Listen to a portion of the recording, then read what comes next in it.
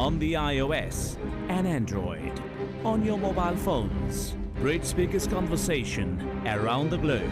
This is Relax Radio. It's time for a show on Relax Radio.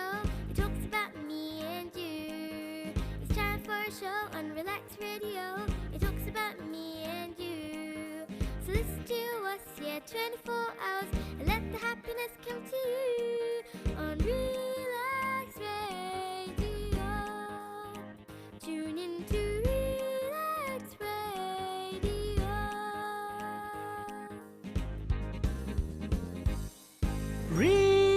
Relax Radio.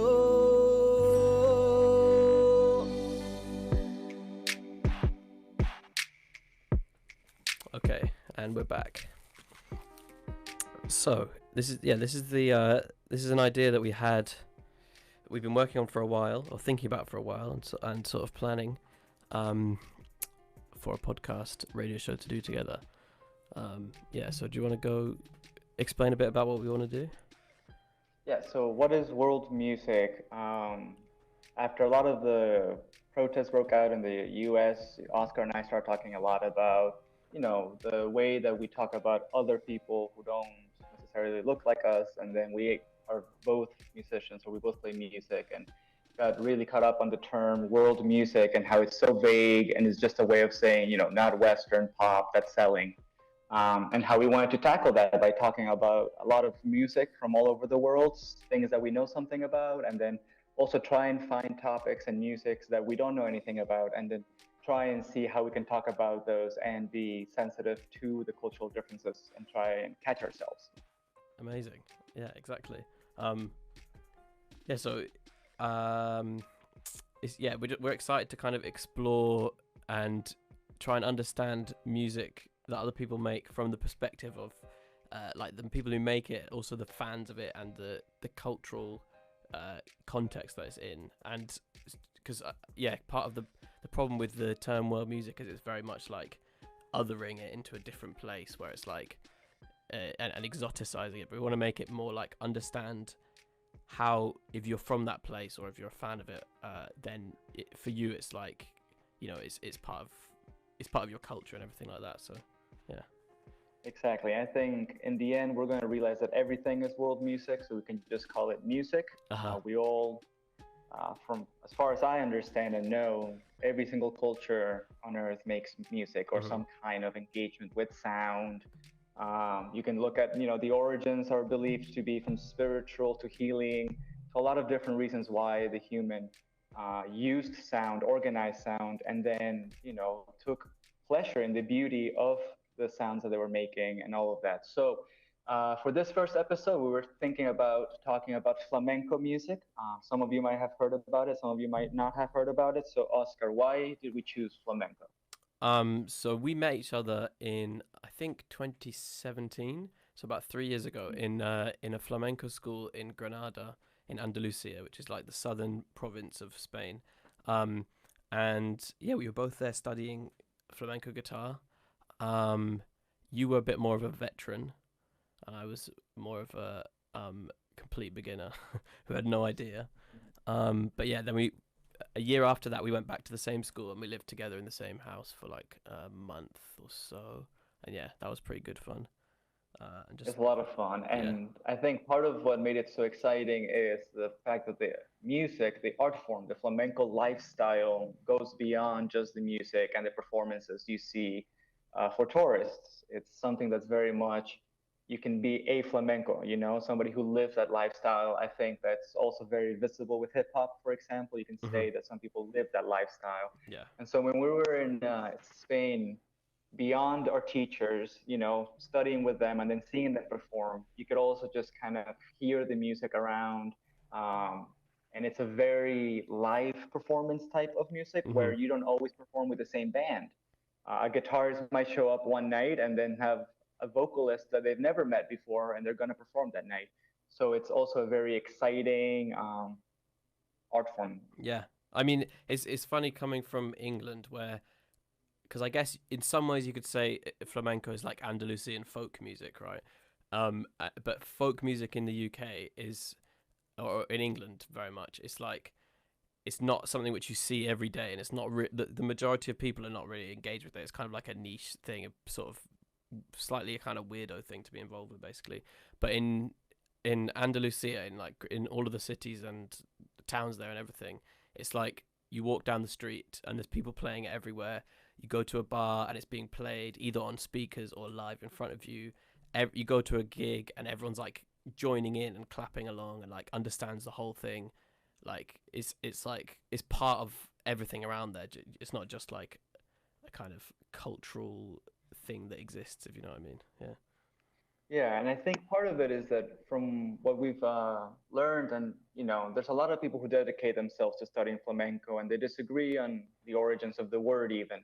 But they agree on some things, and some of those things are that it is a music that's based on various folkloric music traditions of southern Spain, and so there's a big fusion of the Arabic and the Jewish and the Spaniards or pre-Spaniards even, music there that gets mixed in by the Romani people who arrived there sometime in the 15th century, I believe. And they take up this music and becomes their own. And so you have aspects of flamenco music which are closer to folkloric Spanish music, like sevillanas, for example, which is a style of flamenco. And we'll talk a little bit more about all the different styles of flamenco. And then you also have some other styles that, are meant to be played just with like an anvil, not even a guitar, no dancing. They're very somber, very deep, from the people who worked in the mines. And so all of these musics are, starting to fuse together and come together. And I guess at the end of the 19th century, you have the flamenco cafes in Spain, and you also have them in France. You have the singing cafes, and that's when the music starts kind of drawing in a little bit more of the tourist interest, and things start becoming more defined as flamenco. Yeah, and it's kind of that era. Obviously it has very historical roots going back like thousands of years, but in its current kind of form, it's about 150 odd years old, right? You would say, especially in terms of the importance of like the guitar and how sort of structured it is. I think is definitely in the last sort of 150 years, right? I mean, basically, So this conversation is kind of going to be me like asking questions to you because you know a lot more than me, but yeah. Well, I've been fascinated by it, by trying to find some kind of answers to it and continuing to find more questions. I think that if you look at where flamenco is performed, you see the US, West Coast, and Japan outside of Spain are big hubs. And those are places I wouldn't expect to have big flamenco performing arts. And so the question bears, well, how is this art form being produced in Japan and in the United States, where they don't speak Spanish and where they don't have a direct connection with the art culture? Like, how come it's overcome let's just go see this traditional music in Spain, to it being a emoticon or whatever, the emoji, right? You have a flamenco dancer. It's that intense in just global culture now. And I think the fact that it's mixed from so many different original sources means that a lot of people can relate to different aspects of it, because it is such a diverse genre. Yeah, that's an interesting angle. How did you get into? Well, yeah. Talk about your background and how you got into flamenco originally. So I got into flamenco by accident, really. I'm from Colombia, but I moved with my family to the States when I was around 10.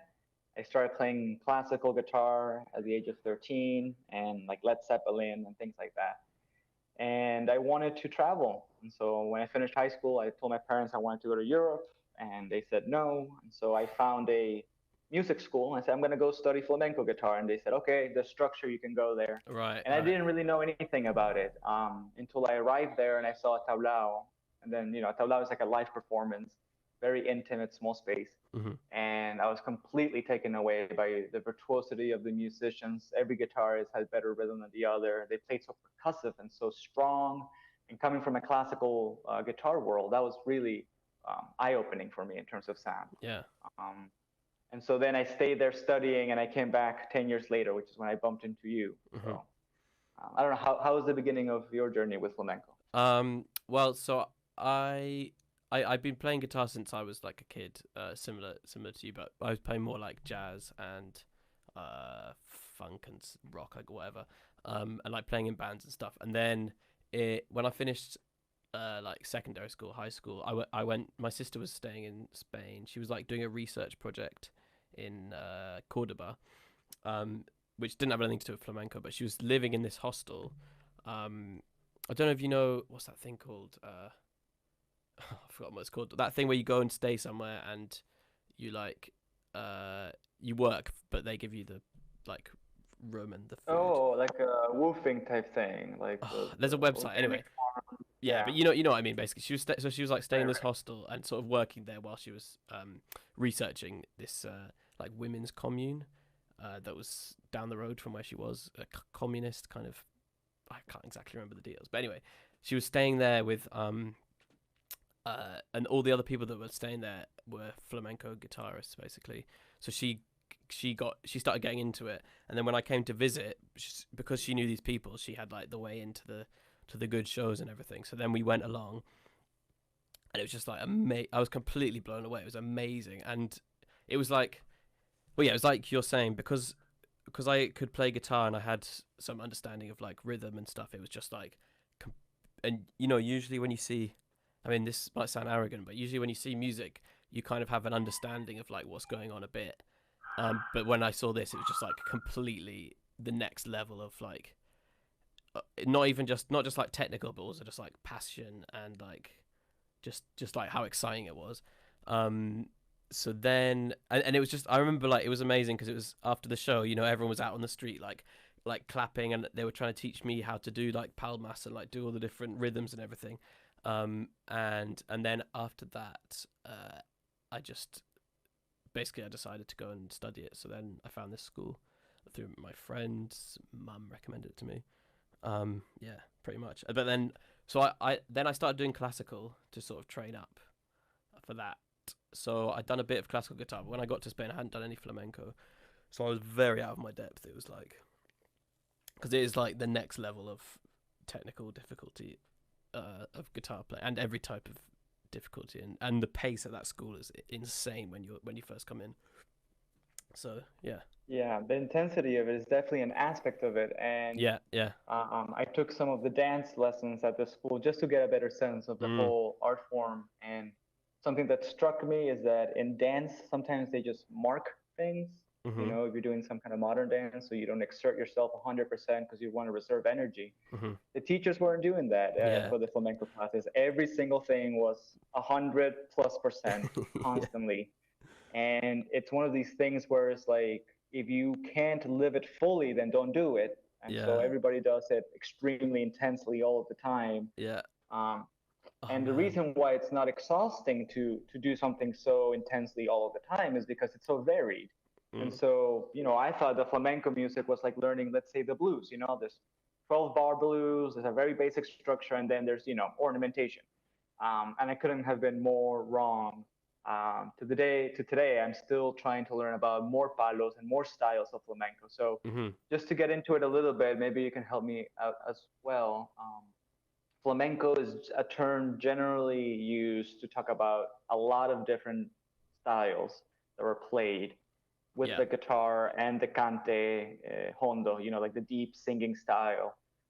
And they're all based around some of the folkloric musics of early Spain and pre-Spain, but they can kind of then branch out into different palos or styles and family of styles.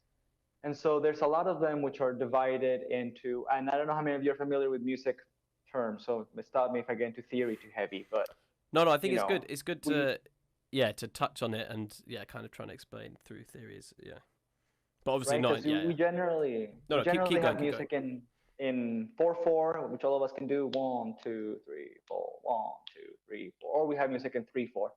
But then you get to some of the flamenco styles, and there's a whole family of them that are based on a 12/8 pattern.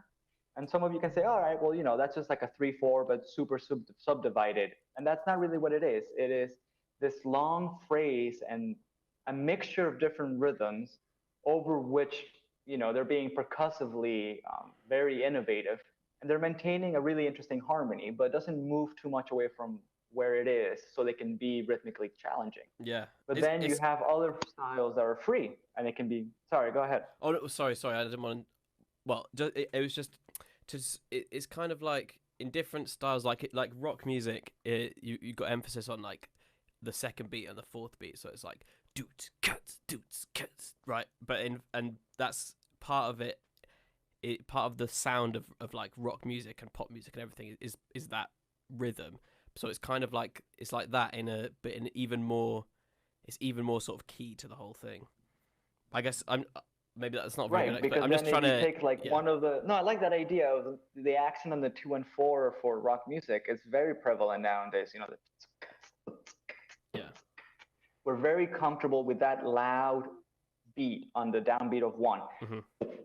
And then you get the rest of it. Whereas in flamenco, if you take, let's say, tangos or something, you have a silence on 1. It's like silent 2, 3, 4, silent 2, 3, 4, and kind of just leaves things hanging, and it creates this energy that just keeps growing and growing and growing. It's and very when much the dancers like pick up on it, they pick it up even more. Yeah. Oh, sorry. I keep interrupting. Sorry. It is difficult because we're over the phone. But yeah, it's like I feel like it's a lot of flamenco, and a lot of all music is very much tension and release. But in flamenco, it's like each bar or each sort of phrase is like its own microcosm of like extreme tension and then extreme release. You know, because it starts off with it's two longer beats and then 3 shorter beats. It's like you hold back and then you go in. So no, it's very dynamic for sure, very dynamic. And so if you ask somebody who plays flamenco and studies it, and you ask them how many styles are there, they will give you a number between 30 and 50. Because they include some of the folkloric elements, and then they include music from Latin America that has returned with flamencos to Andalusia and has been integrated into the culture there and has been solidified as a specific style. And so you also have this music which is very much alive. It's constantly growing, and you even have certain figures of flamenco music who have lived through 2 or 3 different phases of the musical genre because it is evolving so quickly. Mm-hmm. Yeah. So I guess that's a kind of an overview in a sense. Maybe after a break we could go into a bit more, give some examples of some styles. Possibly, maybe this is putting you on the spot. Have you got your guitar there? Yeah. Or could you get it in 2 minutes, possibly, and then we could maybe show a little example of like some of the basic sounds, or I don't know. I mean, yeah, I'd be definitely happy to try and demonstrate what I've learned so far. Yeah, that'd be nothing too too crazy. Too crazy. Anyway, let's go for a little break, and then All right. But thank you, everyone. Relax Radio.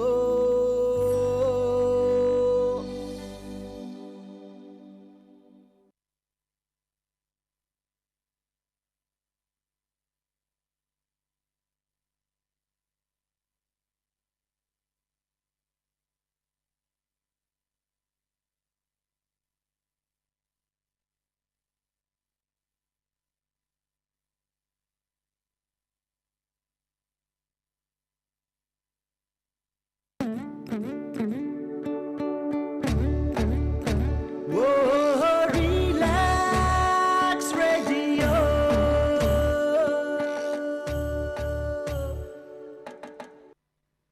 আপনি হয়তোবা জানেন না যে radio advertisement is 4 times more powerful than any other media. Relax রেডিওতে যদি advertise করতে চান তাহলে আমাদেরকে আজই যোগাযোগ করুন on 020-7474-9292. আমাদের সাথে অ্যাডভার্টাইজ করুন from £99 a month. Increase your business by advertising on Relax Radio.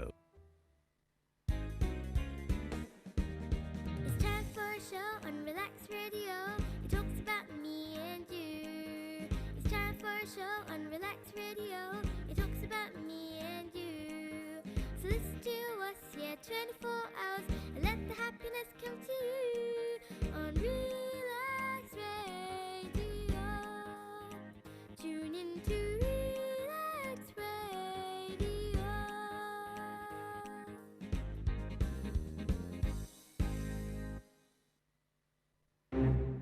It has been too long. No one has taken the initiative to know who you are and what you do. Well, Relax proudly presents Relax Media to unite and expose all media-related personalities under one umbrella. If you are an artist or maybe you're looking for one, look no further. Log on to www.relaxmedia.com, RELAKS media.com. In return, you get a free webpage and exposure to wider fan appreciation and contacts. Also, optional personal manager. Don't delay. Relax Radio.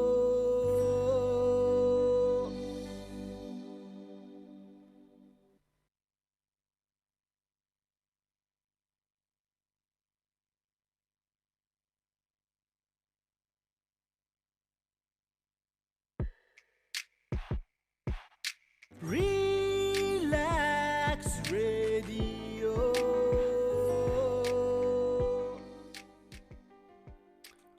Okay, welcome back. Thank you for tuning in. So we're just going to try and continue our discussion about flamenco. I'm here with Santiago, who's now got his guitar. Let me just see, I've lost the... Here we go.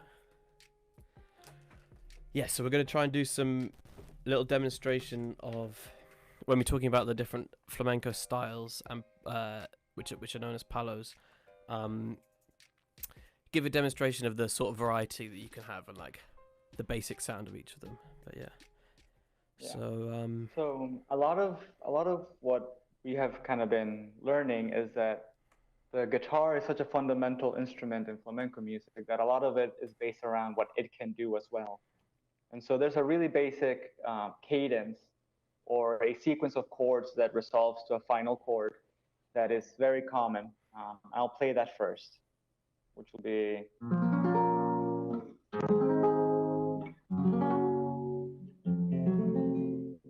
Right? Lovely. This is very popular. It's in, what's his name? Andrew Lloyd Webber used it in Jesus Christ Superstar. It's a very common, it's also Hit the Road Jack. So it's a very common chord progression, but what happens in flamenco music is that then they start utilizing that tension to make it a little bit more nuanced as well, and then they play with the rhythm. And so if I just played that sequence in, let's say, 4/4,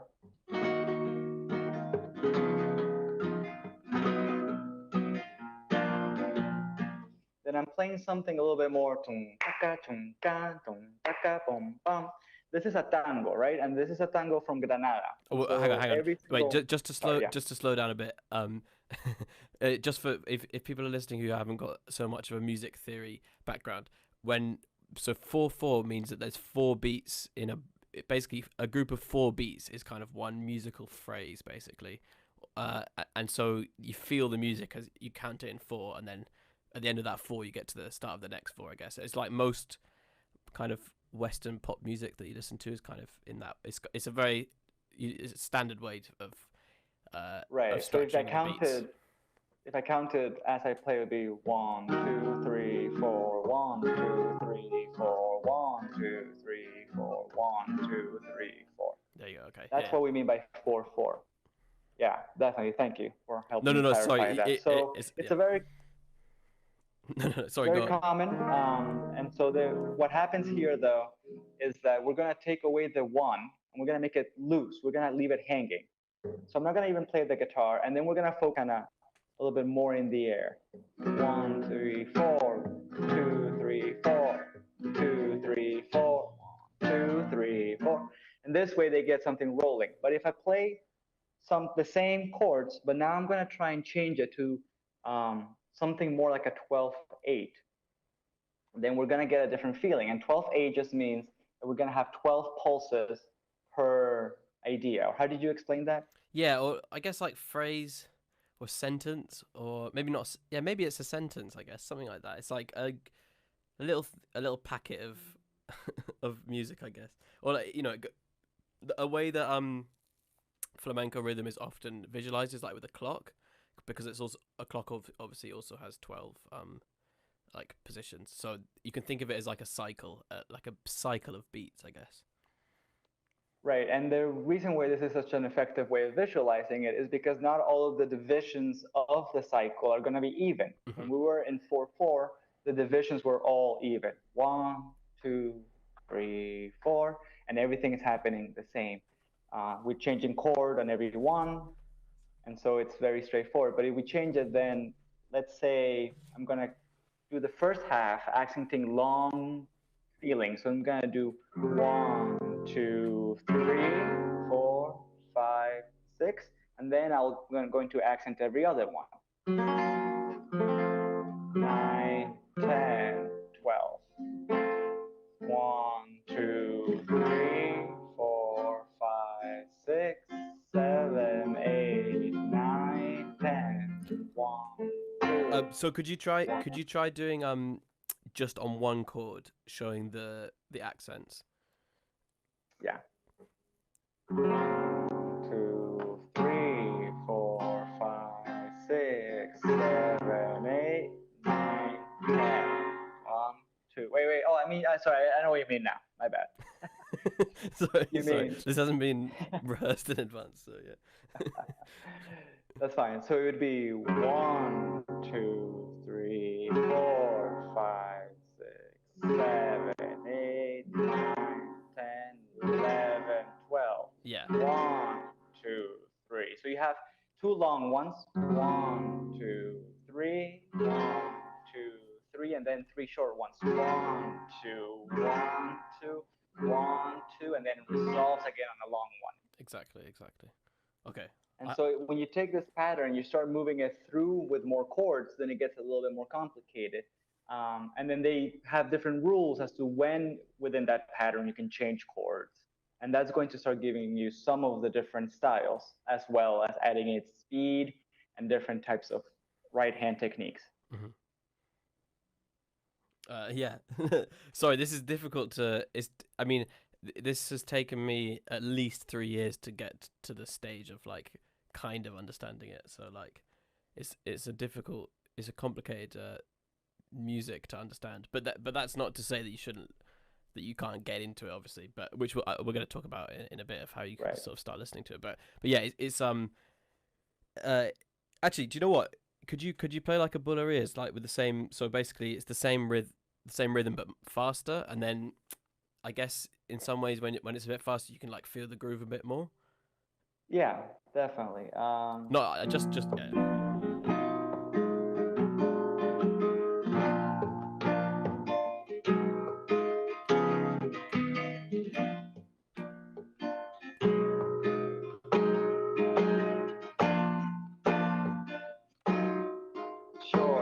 Short, long. Short, long. Short, long. Nice. It's hard to say it while playing it. Sick. But No, I've just realized once actually you- I can clap along because, well, I can count because the listeners can hear me and you at the same time, right? It's just that you can't play. We can't go back and forth. No, I can't respond to your claps. So you yeah. can clap over and count over my playing. Yeah, So okay. you can help me out with that. Yeah, no, sorry, I just realized that's possible. Anyway, yeah, sorry, continue. All right, so we're going to be doing the bulería again, right? So, 2, 3. 10, 1, 2, 1, 2, 3, 4, 5, 6, 7, 8, 9, 10. 1, 2, 1, 2, 3, 4, 5, 6, 7, 8, 9, 10. I don't know if that like comes across well or not, but we'll go into more. We'll give you lots of recommendations of stuff to listen to and everything. Unfortunately, we can't play music on this station, which obviously we'd be playing pre-recorded other people's things. But yeah, it's fun to explore it. Definitely, we'd be sharing professionals with you. But something to look for is recognizing these patterns or this feel of the long, short. And then if I change just the chords and I use traditional, Western music chords, I'm gonna get a different style of flamenco. Using the same right hand pattern, the same rhythm, the same accents, Now check this one out. This one's called Alegría, and it's meant to be a happier one. 6, 7, 8, 9, 10.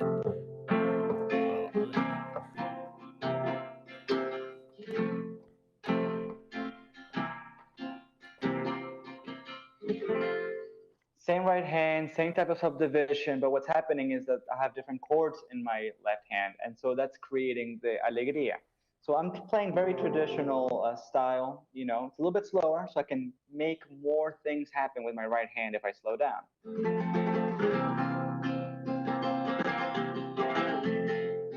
Right? And so you start feeling is the same ideas are happening all over the place, but depending on the speed, it allows the artist to do more or less things with it. So that's one way to start listening to as well. Yeah, excellent. And for those who aren't guitarists, when you're playing guitar, your right hand is you sort of you play the notes, and your left hand you sort of choose which notes you're playing. Basically, is sort of a way of putting it, I guess. So with your right hand, that's the strumming thing, and then that's how you're getting the different rhythms, basically. But it's also, I mean, the rhythms are a combination of both, and the note is a combination of both. But yeah.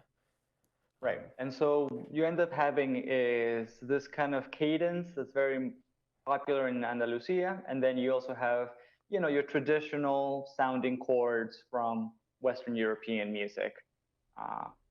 Major chords, minor chords, you might have heard about those. You know, like the songs that you need for Happy Birthday, for example, are in flamenco as well. They're not they're primary ones, and you'll only encounter them a little bit. They're not the majority. The majority of them are going to come from these other systems and all of this other cadence that I showed you, the hit the road jack one.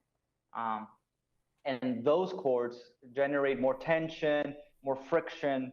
And so right off the bat, sometimes it's a little hard to start listening to music that is so different from what we're used to. And so I would recommend, you know, take it in at small dosages. Yeah, definitely. And yeah, and the thing. So another part of flamenco which can be difficult to kind of access if you're not kind of used to the sound is the singing, which is very like idiomatic of the style, and it's very unique to flamenco how they sing. Obviously we're not going to do any demonstrations of that, I don't think, but No. but yeah, that's something that definitely is when you listen to it with no kind of previous time spent listening to it, it can be kind of off-putting in a way, or you can be confused by it and stuff. But the more you listen to it, you'll kind of get into it more. And I guess you have to kind of commit to it a bit. But the best way, obviously, is to go and see it live. I mean, there's pre-COVID, in every city in the world, there's probably at least one place where there'll be live flamenco, like one time a week or something. But currently, who knows what's going on? But yeah, that's definitely. Yeah. And then something else about the singing that I wanted to add in is that a lot of the recordings that you'll find are early recording technology, you know? And so big, loud, strong, boisterous singing is not necessarily going to come across very well with all these microphones were trying to capture soft sounds as well, and people were learning to use them. And so sometimes you'll hear a little bit more jarring than it really is because of that. And then the modern recordings, you're going to find artists who are a little bit more on the pop side, who are also doing different things. And so there's a big array of audio to find. And if you don't like what you found, just keep looking for different ones. And then we'll definitely give you some recommendations of where to start looking. Yeah. And also, I should stress that it's not like when you first listen to flamenco, it's not going to be horrible. You know, it's beautiful music. It's just, I guess it can be kind of slightly difficult to get your head around at the start. But the singing is very fundamental. It's kind of the most fundamental element, I guess, of flamenco, really. And guitar was only became a kind of solo or like exciting part of the thing much more recently than the singing and the dancing were. I think who was it? Was it Ramon Montoya? Who was the guy who in like maybe like the 1920s, roughly sort of a time, he started, or maybe a bit earlier than that. But the guitar started becoming. That, yeah. Oh, sorry, yeah. But yeah, then the guitar started becoming more of its own focus of a show and stuff, and like a solo exercise. Yeah. So Right. So when you are thinking about, okay, this is a music I haven't heard before. Let's give it a shot. You have a lot of different interpretations of it as well. Because just in the last century, we got electronic instruments, we got a lot of globalized mixtures and fusions happening where instruments come from one genre and they go right into the other and they fit in perfectly. So you'll find flamenco that is just singing, clapping, dancing, and guitar, or you also find flamenco that has your electric keyboard and your slap bass technique that sounds more funky. So it's a big world, and highly recommend not judging it all from just the first couple of artists you find. hmm um, so maybe if we take a little break and then we could start talking about recommendations and that sort of thing. Yeah, If that sounds good. Yeah. Okay. Let's go for a break. Thank you for listening, everyone. This is Relax Radio. To listen to Relax Radio.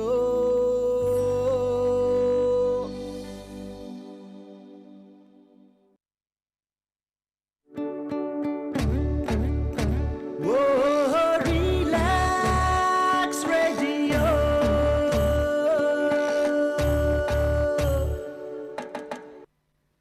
আপনি হয়তোবা জানেন না যে radio advertisement is 4 times more powerful than any other media.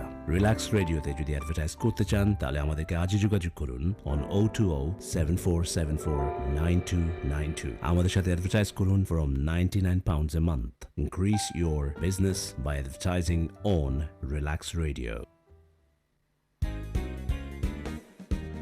It's time for a show on Relax Radio. It talks about me and you.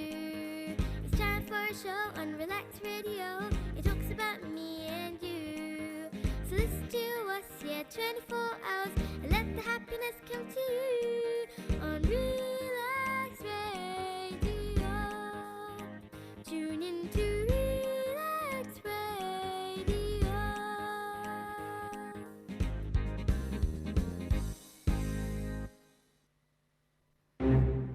It has been too long. No one has taken the initiative to know who you are and what you do. Well, Relax proudly presents Relax Media to unite and expose all media-related personalities under one umbrella. If you are an artist or maybe you're looking for one, look no further.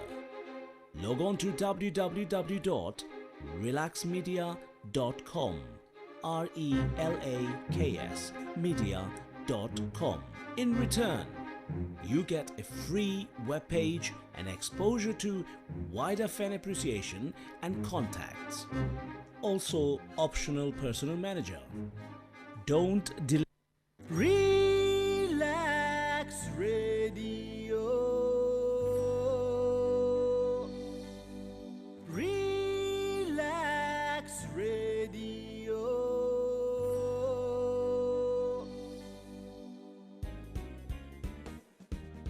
It's time for a show on Relax Radio. It talks about me and you. It's time for a show on Relax Radio. It talks about me and you. So listen to us, 24 hours, and let the happiness come to you on Relax Radio. Tune in to Relax Radio.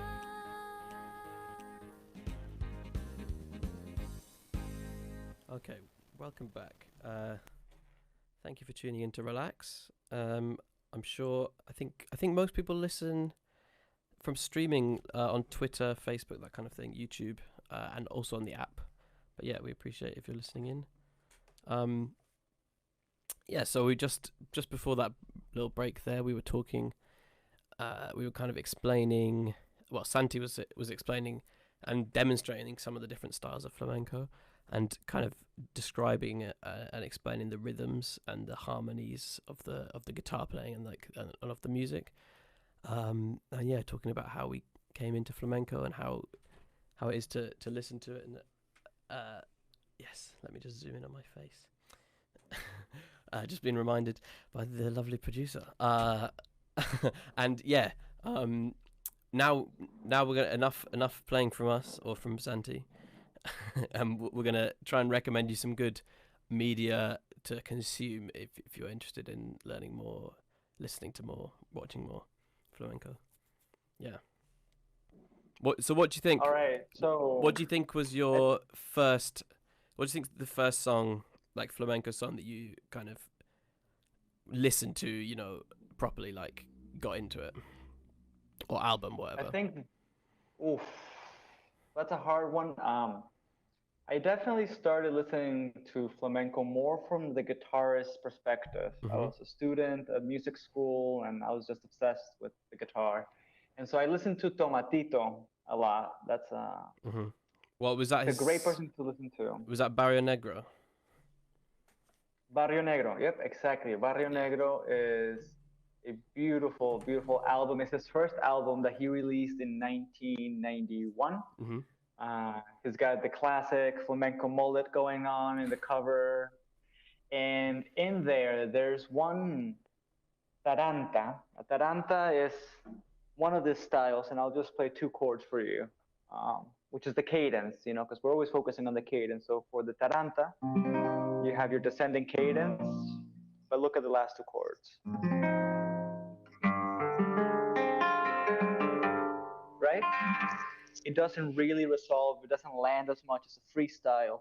And so the last tune on that Barrio Negro album by Tomatito was spellbinding. I listened to it on repeat and repeat. I just couldn't believe the harmonies he was finding, the amount of emotion with just one guitar. Wait, I just. Yep. Oops. The name of. I just wanted to get the name of the song.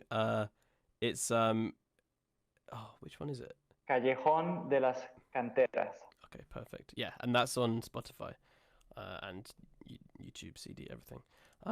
That's Yeah. funny actually, because the first song, which for me, like the same question to me, the first song was also Taranta, but it was by a sort of non-flamenco guitarist who dabbles in a bit of flamenco, Lenny Bro. I don't know if you know him, the Canadian.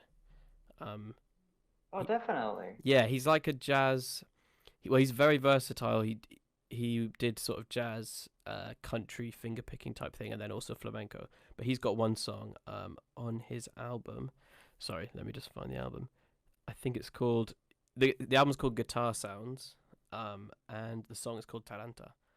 It's the second song on the album, and that's amazing because that's a good introduction as well, because it starts off with the kind of traditional flamenco taranta with those chords and like a tremolo bit and everything, but it's little bit jazzy, and then it kind of transitions into jazz for like the second half. So yeah, we're going to put all these songs in a playlist as well on Spotify. We'll put a link when we upload this afterwards. Yes. I just added it. Taranta, Nice. Guitar Sounds, Lenny Bro. Yeah. And this is bro with like the French O, E, A, U, not Lenny Bro, like, Lenny Fat Party Bro. Bros. This is not Lenny Bro. No, it is not that. Much more serious than that. Come on. So just kidding. Sorry for all the bros. Go ahead and listen to Lenny Bro. Lenny Bro is a different guy. He's like a crunk rapper from Atlanta. From Atlanta. So definitely interesting that Taranta caught both of our attentions. And I think that the guitar in flamenco really does a great job of showing us how much we haven't really explored the instrument acoustically, Mm-hmm. I think we hit a point with jazz and with rock where we went to the effects through effect pedals. But I think the flamenco tradition allows more exploration of the guitar just as an acoustic instrument and just how wild the different sounds can be from it. It's funny actually because this is quite a snobby thing to say, but there's a guy called Newton Faulkner. I don't know if he like reached your part of the world ever, but he plays like acoustic guitar, but it kind of like hits the top of it and stuff, and it's like added percussion. But I always found that really gimmicky. I didn't really like that. But then flamenco also does basically exactly that, but it's so much better. Basically, it's like way more integrated into the playing, and it's so much more. I don't know. Yeah. Definitely. There's also that guitar group, the duo Rodrigo y Gabriela, and they do some really cool guitar work, really amazing stuff. But I've heard different flamenco guitarists kind of just say love everything they're doing, but I question a little bit the percussiveness of how they're using the instrument, just because it's so nuanced within the flamenco culture. But legitimate everywhere. However you're making music, keep Oh making yeah, it. obviously. But It's just my personal sort of weird yeah, hang-ups or whatever about Newton folks. right. And also, just kind of like to get into a little bit how important it is culturally within flamenco to be a guitarist. You're not a guitarist. You're not a guitarrista. You're a tocador. You know, you're a player. Like not a player. Sounds bad when you translate it. You're a player, bro. A player. If you go literal, you're a toucher. So it's bad. You know, translations are not always good. Yeah, because Watch out for tocar those. means like to touch.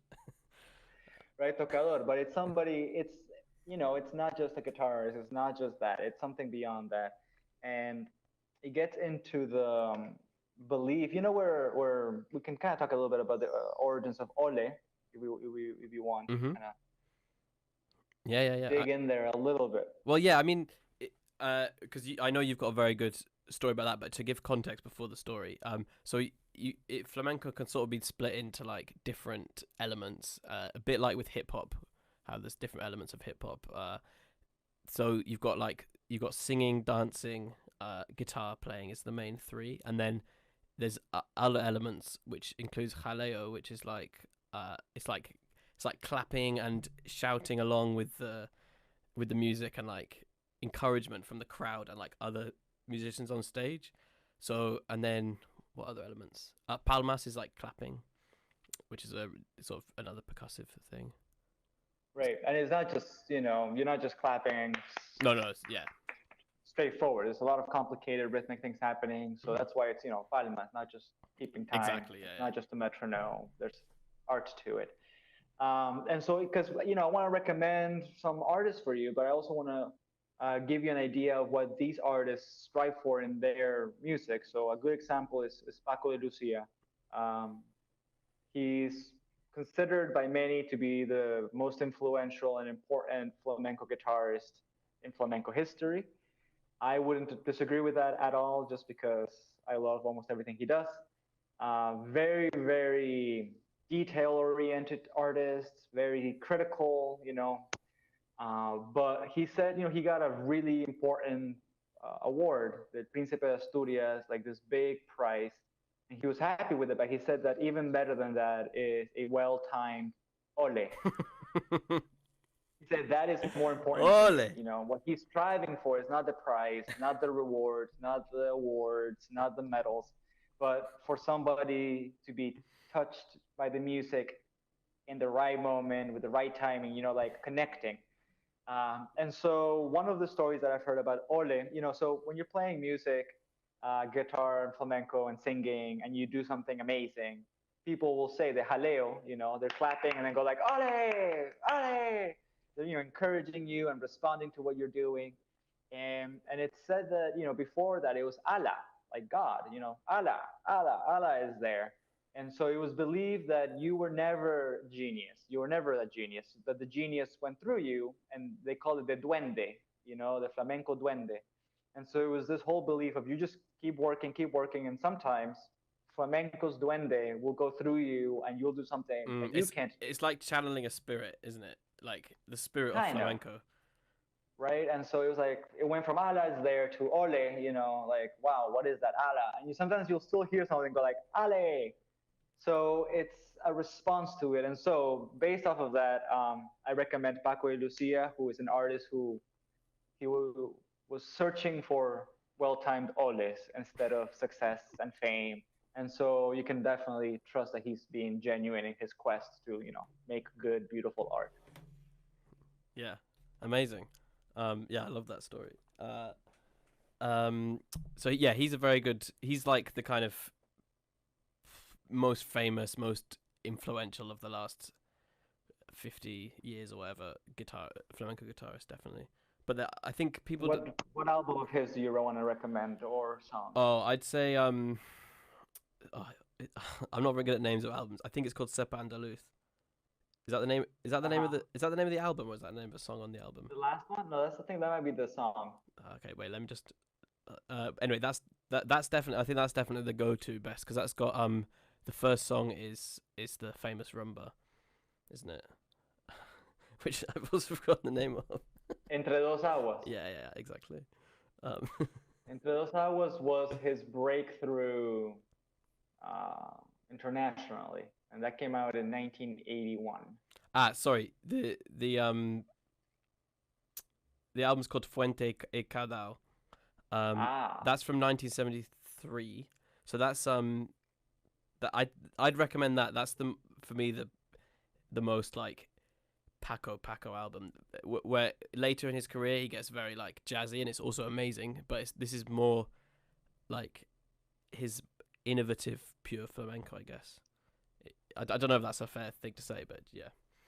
I mean, he was always being innovative, but I do think that in '73 he also recorded the album with Camarón de la Isla, who is a very, very well-known cantador, singer of flamenco, and they were, they both went on to do very innovative, modern, contemporary, experimental things as well. So I do think that catching them at 1973, 75, all of that is really important.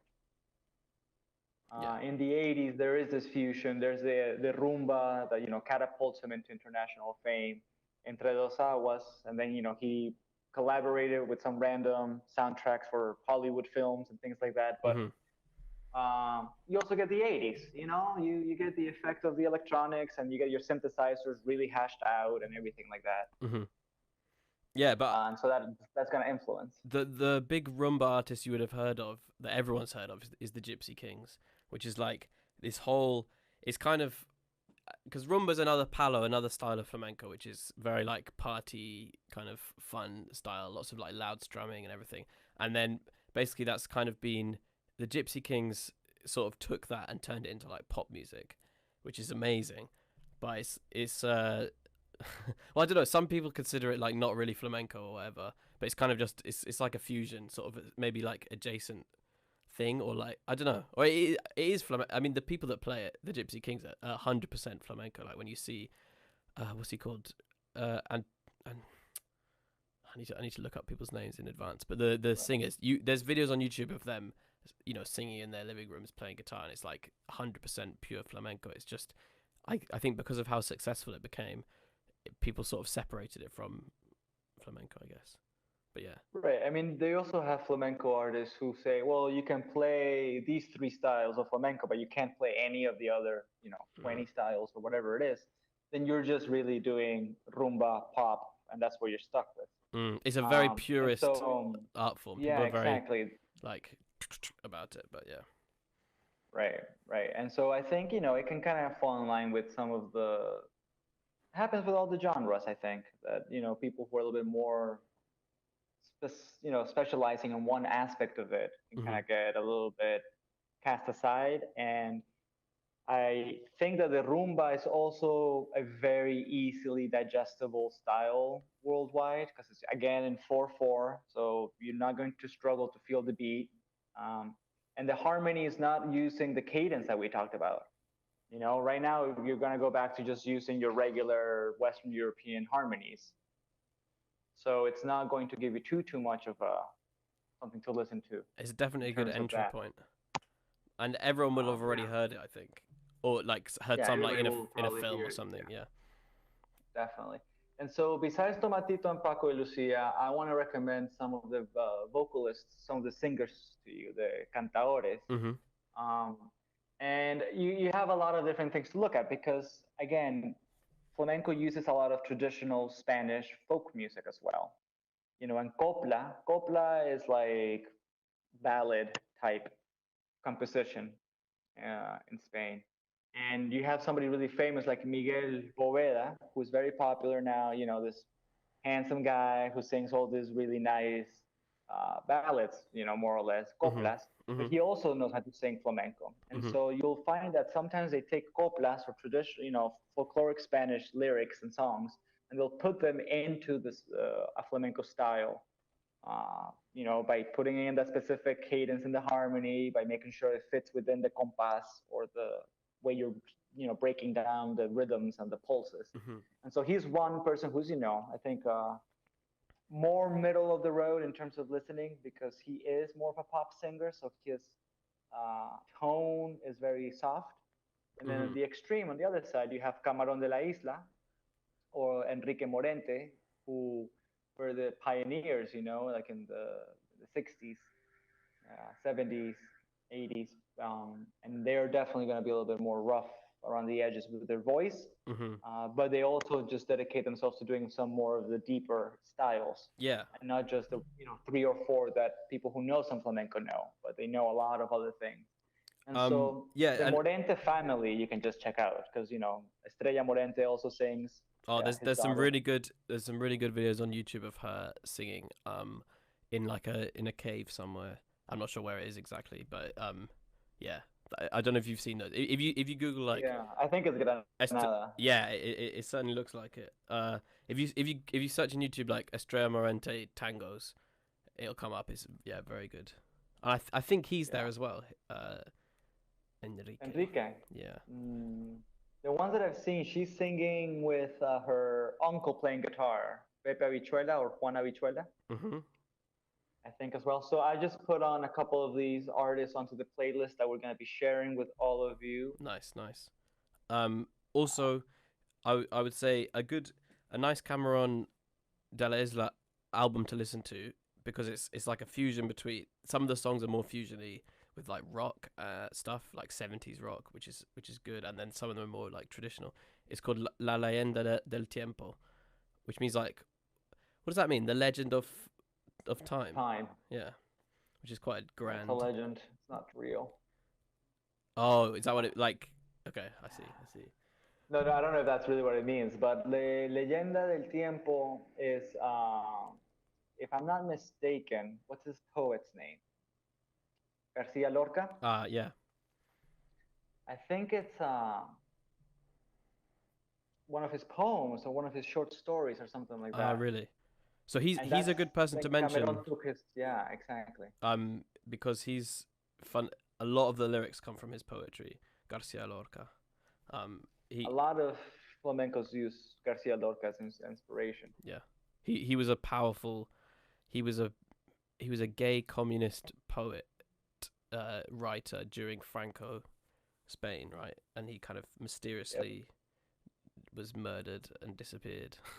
But he was like very revolutionary and like incredible artist, and yeah.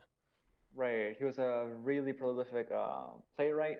He was, I would call him a proto-feminist. He really chastised male-centric structures of country life in southern Spain specifically. And he really addressed all of those role issues early on. So he's a very good person to read. Federico Garcia Lorca. Lots of beautiful poetry, plays, and a lot of his poetry ends up in the flamenco canon of singing. So yeah, the Leyenda del Tiempo is a really great album by Camarón. And then, you'll have your more fusion type artists. You have Diego El Cigala. He sings traditional flamenco, but he got well known because of his fusion with Cuban musicians, specifically the pianist Bebo Valdez. Oh yeah, I don't know that actually myself, but yeah. I think so. Yeah, I gotta check that one out for you, but I'll make sure we put it on the playlist. Okay, nice. And so he's well known for that a little bit, but you also can go further back and listen to the early recordings of people who were singing, in 1920s, 1930s, like Antonio Mairena. The quality isn't so good, and the audio is hard to find a lot of the times. But again, we'll try and throw some of those onto the playlist for you. Anybody else that we're well, here? I know because I guess the people that when I've been talking flamenco with people who aren't like into flamenco, a lot of those people are kind of into jazz and stuff like that. So some of the good fusion with jazz stuff. One of the, so Tiny Desk concerts, on the NPR series on YouTube. There's one with a guy called Antonio Lizana, which is really good. That's like, I just think that's an amazing video, and his albums are good as well. But actually, his YouTube, the live videos are better than the albums actually, in my opinion. So I'd recommend to listen to that. It's really good fusion where it's like preserving both art forms, but like mixing them as well. Like it's got the rhythm of the flamenco, and like his singing is amazing. And then he also plays sax, and it's got real like crazy jazz harmony. So it's like really nice. Really. Is there really good. anything? Is there anything we can throw onto the playlist? Yeah, definitely. There's what's it called? It's called Alegría, like I think that's a pun mixture of alegría and like air, like well, how do you say that? Air? Yeah. Lejía. No. Where is it? It's not coming up for me on. It's on the album called De Viento. Aire.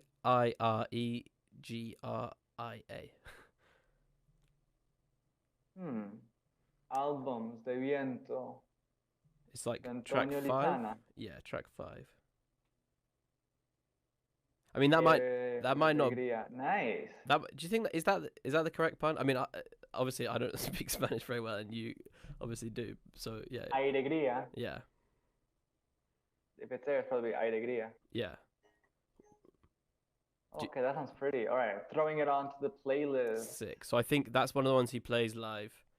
And yeah.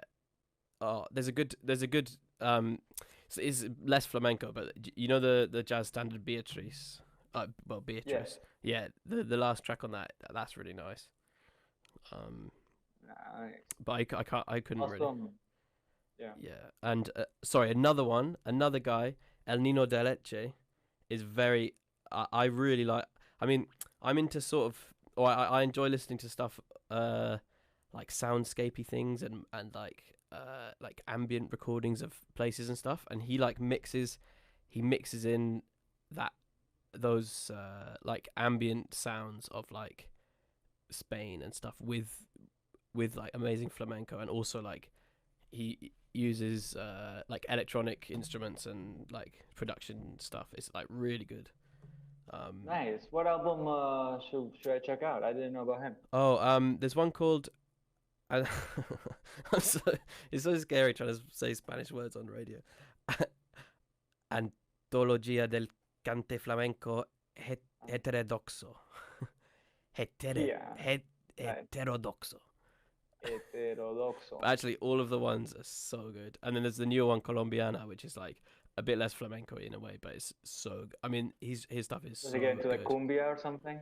Yeah, it's definitely got some much more of that sort of like influences. But he is sick. Also, very good YouTube videos of him. I honestly prefer like. Wow, tangos de la ayahuasca. That sounds insane. Yeah, exactly.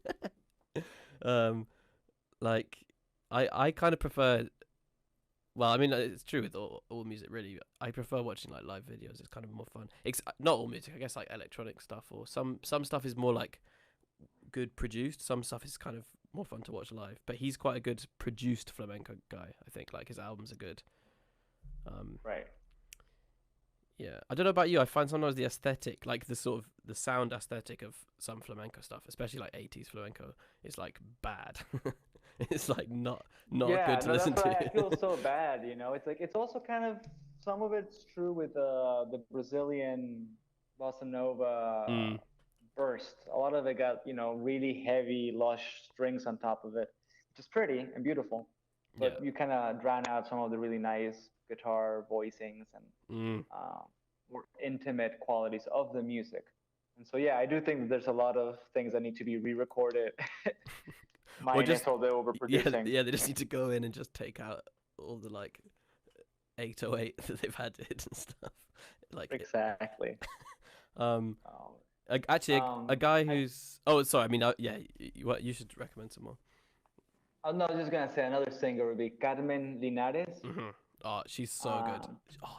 There's one. Sorry, go on. No, I was gonna say which one of hers do you recommend I start putting onto the playlist? Oh, I might have put it on. There's one.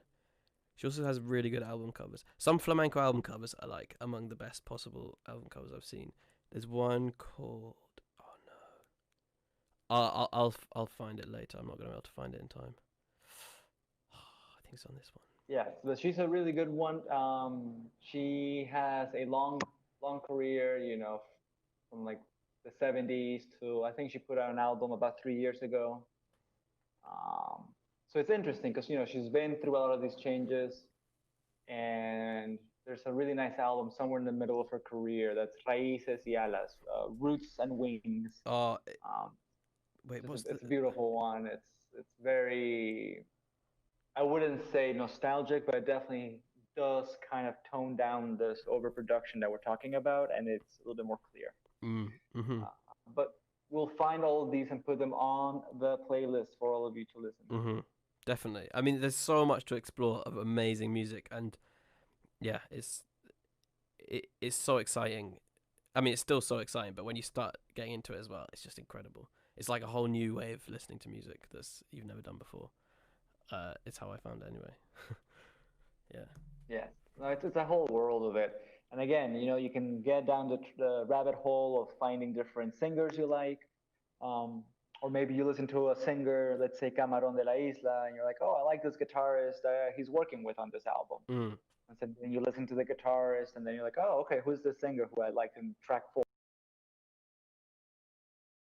Yeah. Because it's very much a community thing too. So you'll see artists appearing on other people's albums all the time in flamenco.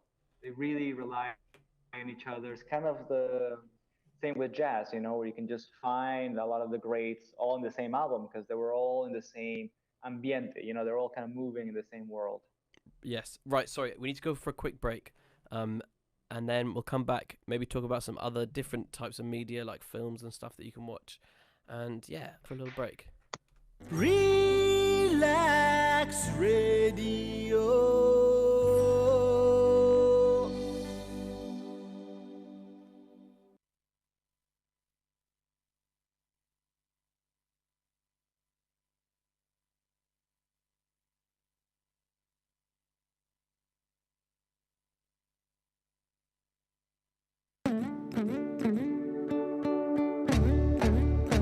Whoa, relax radio.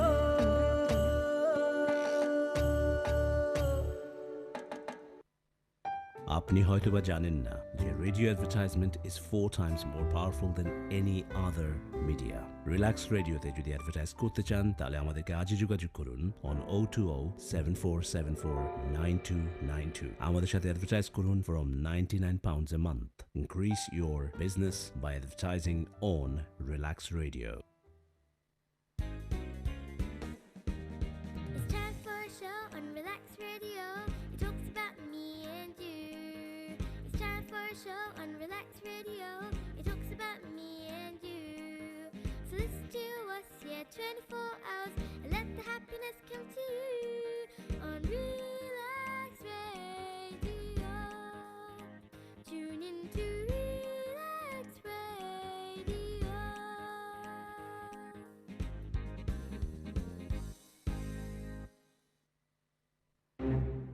It has been too long. No one has taken the initiative to know who you are and what you do. Well, Relax proudly presents Relax Media to unite and expose all media-related personalities under one umbrella. If you are an artist or maybe you're looking for one, look no further. Log on to www.relaxmedia.com. RELAKS media.com. In return, you get a free webpage and exposure to wider fan appreciation and contacts. Also, optional personal manager. Don't delay. Relax Radio.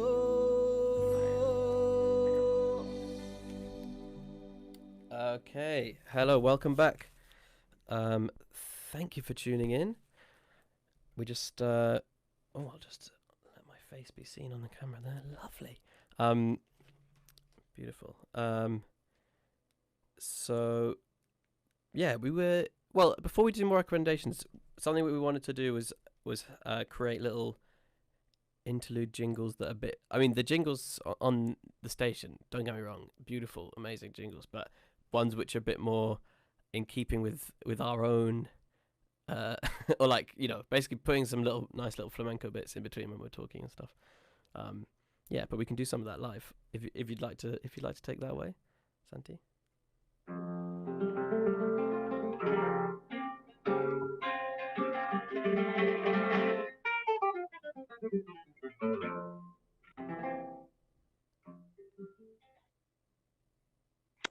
Ole.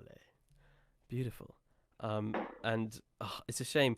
There's this app called like Jack Audio, I think, which has been developed during coronavirus, which lets musicians like jam live with each other.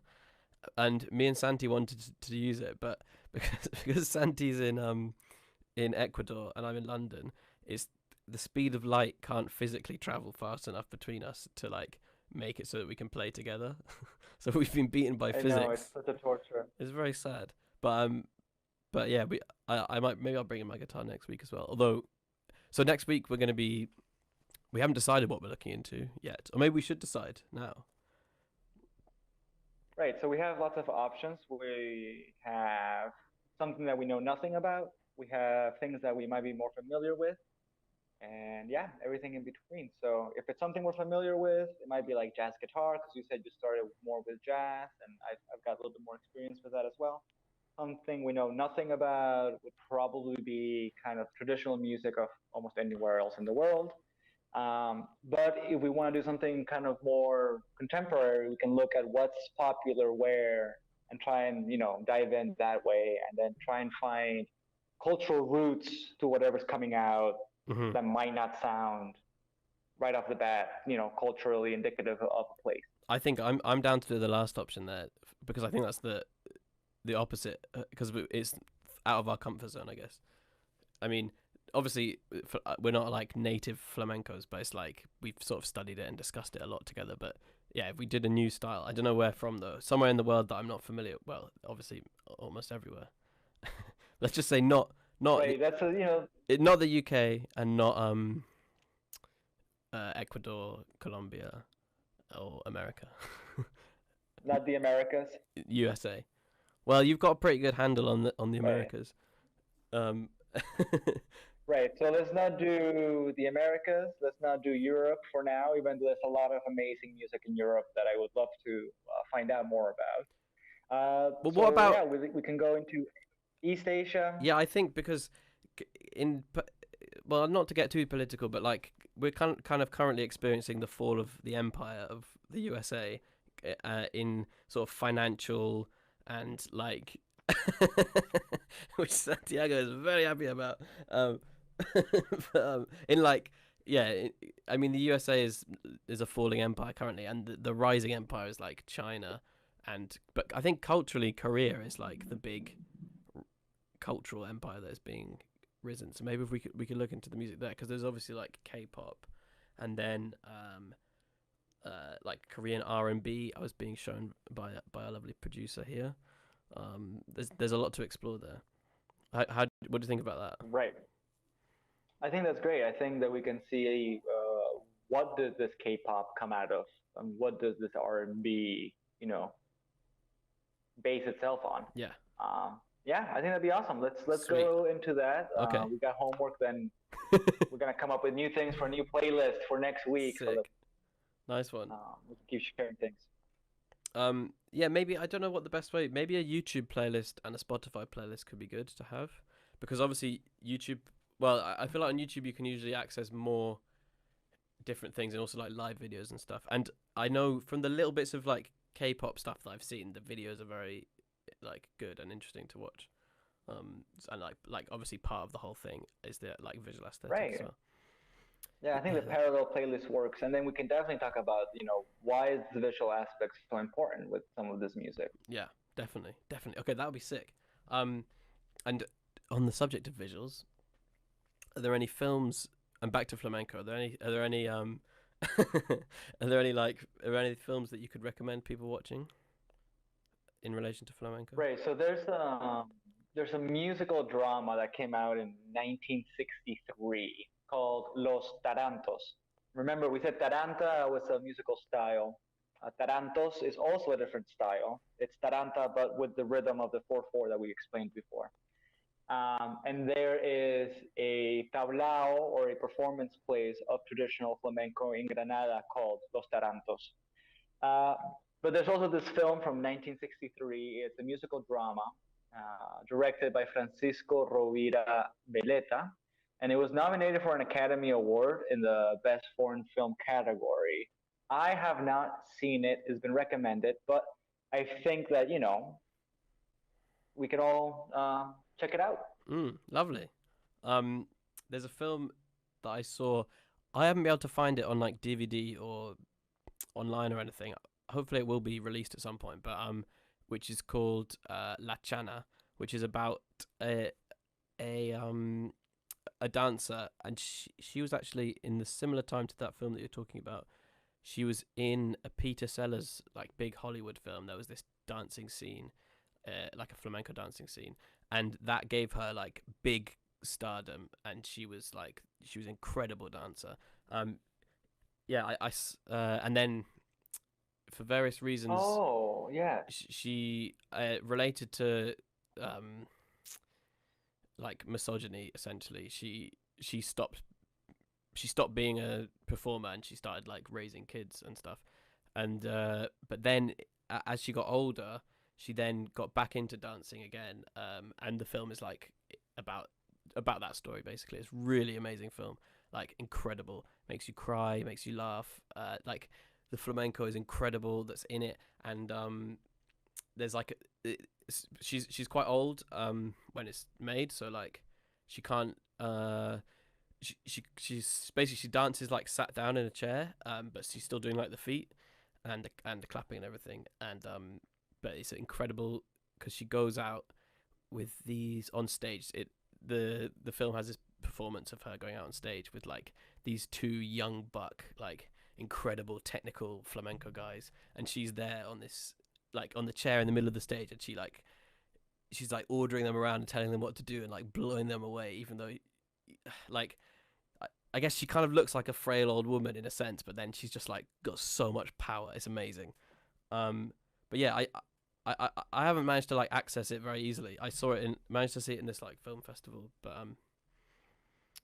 I really recommend that. Yeah. So La Chana, if I'm not mistaken, you can rent it. Uh, for us here in the Americas, it was for $5 for a 72-hour stream in Vimeo. Sick. But I Nice. don't know whether or not you all have the same access to it. But it's on Vimeo on demand / La Chana. Oh no. And you Wow, can nice one. buy it as well. Sick. Okay, I didn't find that. I'm gonna watch it. Yeah, I don't know if that's just me being Yeah. bad at researching or if it's recently changed, but yeah, sick.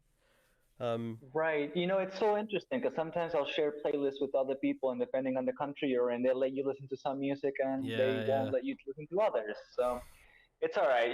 We'll give you the names. You can find it. La Chana. I definitely have seen a lot of snippets of it from other people who have shown it to me, and very, very powerful because the flamenco dance is just something that you must see. You have to watch it. You can't just listen to it. Yeah. A few things that I believe must be seen to understand, and for me at least, it's like death metal, flamenco dancing, and opera. Oh, If okay. you're not watching it, I don't think you're getting it. I've never seen opera actually, but I've seen Oh, quite a lot man, of death yeah. metal, and that is, I agree with you. That's crazy. Maybe I'd love to do an episode about that, but I'll leave my stories until then. But yeah, Oh man, It's you'll see like- how prude I am when we get into that, but that's all right, musically speaking. So another great flamenco film is Lacho Drum. Now, this is not technically a flamenco film. It is not technically a film about flamenco. It was released in early 1990s, right? It's Yeah. a French film, and it is a movie that follows the path that Romani people took from India to arrive to southern Spain. And along the way, there's a lot of Romani people who have established themselves, Yeah.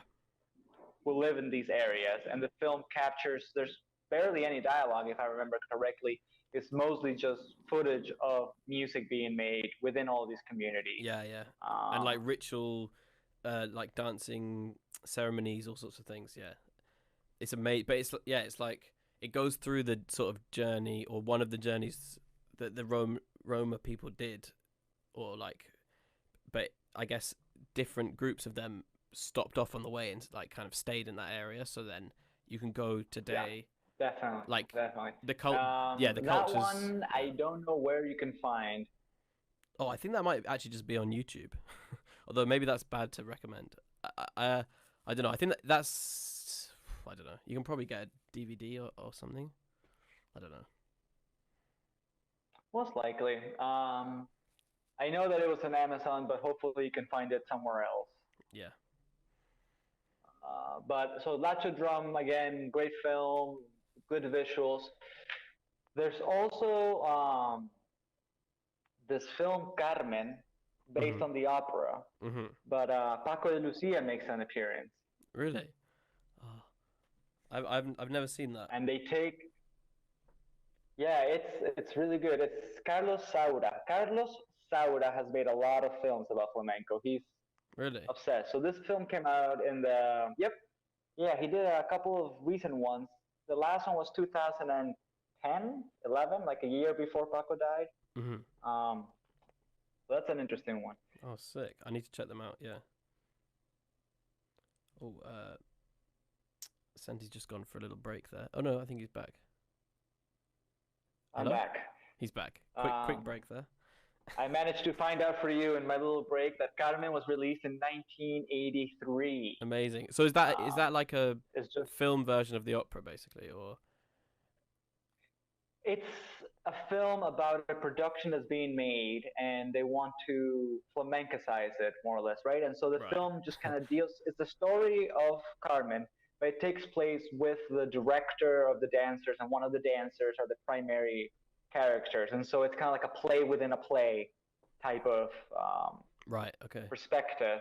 I see. And when they're about to do that famous aria from Carmen, you know, the director's like, "Hey, Paco, come over here. I want to do that, but in bulerías." Really? And then Paco's like, "Oh, like this," and figures it out because he is insanely good. So yeah, Carlos Saura is a Spanish filmmaker who is very much, I wouldn't say obsessed, but draws from the flamenco aesthetic Sick. for his films, and has definitely just touched the subject directly in his films as well. Nice one. So we'll put all of these in the show notes for this when we release it, like as a podcast. And yeah, I mean that's a lot. I think we've given a lot of recommendations. That's a lot to be getting on with. But obviously, different people, you'll be drawn to different ones that we've said depending on your taste and everything. Right. And And also, if you go to YouTube to listen, how do you search for what you're searching for? Like, what do you type in when you're looking for something new? there's this one guitar shop. Oh my god, I need to find out what it's called. Well, do you have an answer to that you could give while I find the name? What's it called? I mean, like, what would you search into YouTube if you were? Oh, okay. So I think like if I went to YouTube and I wanted to find some flamenco, if I don't know the name of an artist, I might put in the name of a style, like alegría, bulería, taranta, tangos, and try and go that way. But sometimes, you put in tablao, which is the performances, and I try and get live performances that way.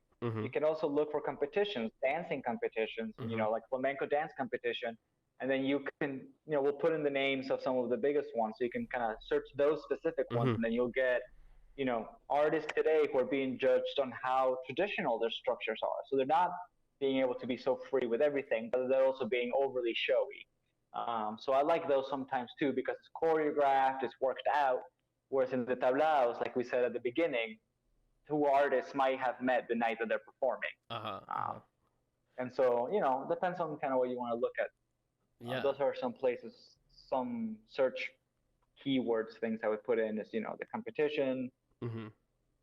So I've got concurso would be in Spanish. Oh yeah. I've got the found the channel. It's called it's called Flamenco Guitars for Sale. That's the name of the channel, and they have almost everyone who's everyone currently professional guitarist comes on, and they're basically like demo like new guitars for people, but like the performances are really good. And yeah, if you go on there, like most viewed videos or whatever, that's really good.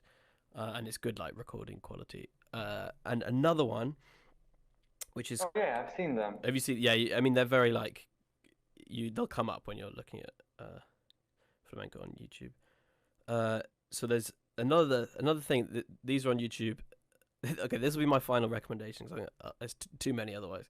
But it's called Flow 6x8. So Flow 6x8, and like FLO 6x8, and it's basically a flamenco protest group. My sister showed me, and they go into like a bank, and one person will start singing, and then they'll get thrown out by security, and then another person will start singing, and they'll get thrown out, and then everyone will start singing together, and then they'll do like, it's basically like a flash mob of flamenco, but the lyrics are all about protest, and they do it in like the parliament. Like the one in the parliament is amazing because it's like, you know, it's like this big Senate building of Andalusia, and one person stands up and just starts like belting out flamenco and gets chucked out, and then everyone starts doing it. It's amazing. Definitely. And so another place to find flamenco, if you check out some of our suggestions and you like it, because of the COVID crisis, the flamenco artists were very, very hard hit, as are most performers, entertainers around the world.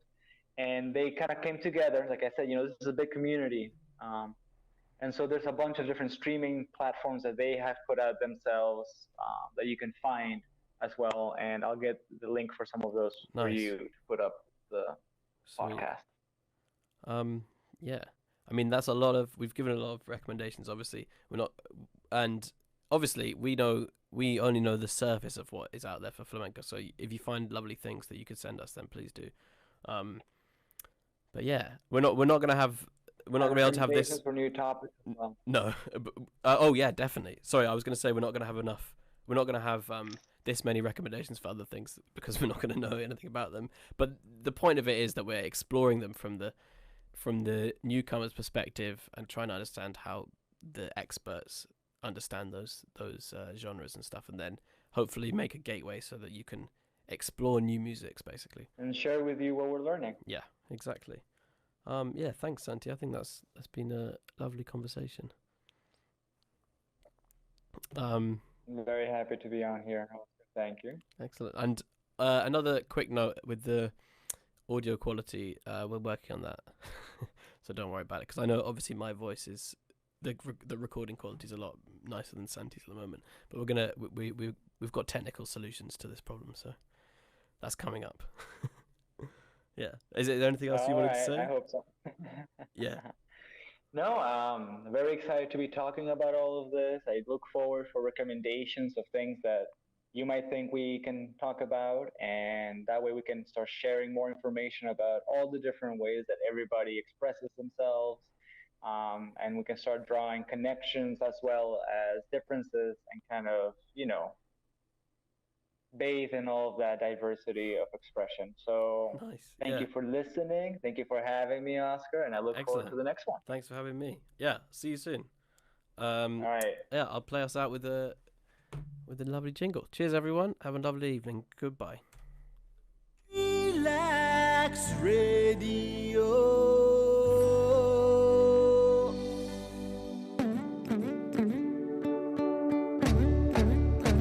Whoa, Relax Radio.